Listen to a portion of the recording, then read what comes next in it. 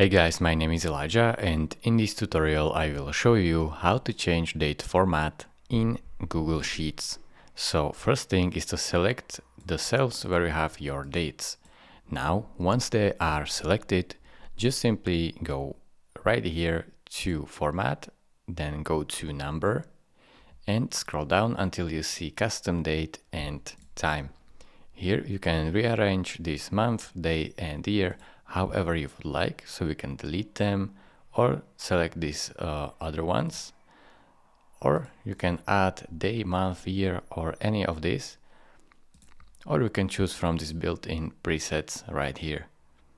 So as you can see, there is many of them. Just choose whichever you want to use and simply click on it. Press apply and your changes should apply to your cells.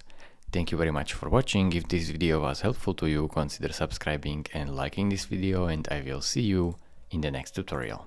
Bye bye.